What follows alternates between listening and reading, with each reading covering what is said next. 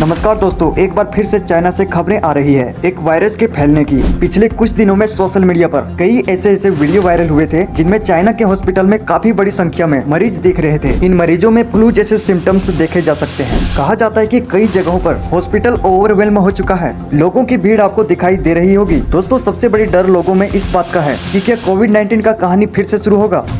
5 साल पहले जो पूरी दुनिया में कोरोना वायरस फैला था, उसका ओरिजिन चाइना के वुहान शहर की मार्केट में हुआ था। अब चाइना की सरकारी न्यूज वेबसाइट ग्लोबल टाइम के हिसाब से नॉर्थ चाइना के एरिया में बीजिंग का शहर, चोंगकिंग का शहर, साउथ चाइना में गुआंगडोंग का शहर, यहाँ पर इस वायरस का सबसे ज्यादा केसेस देखने को मिले हैं। इस वायरस का नाम है HMPV। इसका फुल फॉर्म ह्यूमन न्यूमोमेटा वायरस। ये नाम सुनते ही लोगों के मन में सबसे पहले आता है कि ये नया कौन सी बीमारी आ गई, ये कौन सा नया वायरस आकर टपक गया। लेकिन सच बात यह है कि दोस्तों, ये कोई नया वायरस नहीं है। ये एक पुराना वायरस है जिसकी डिस्कवरी आज से 24 साल पहले 2001 में हो गई थी।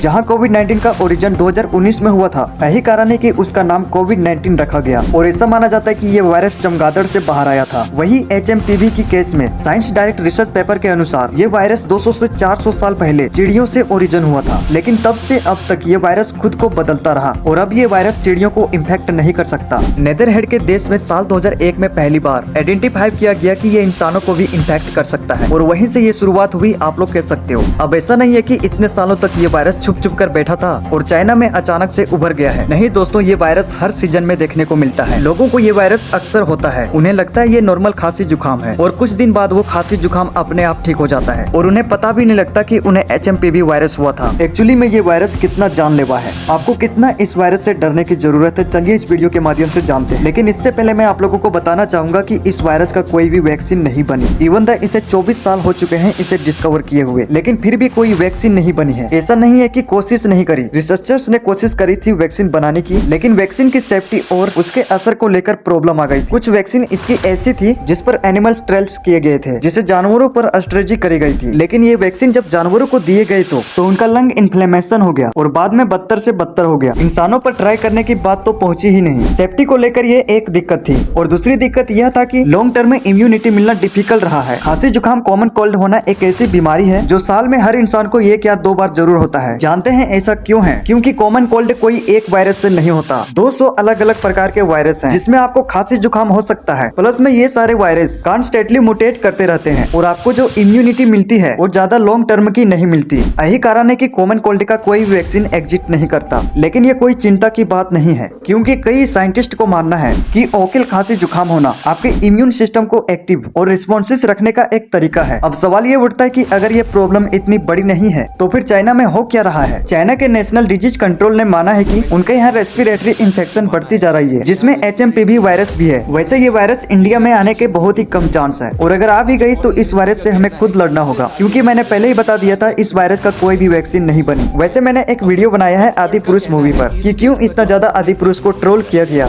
आप लोग चाहो तो चैनल में जाकर के देख सकते हो। अपना ध्यान रखना, बहुत बहुत धन्यवाद।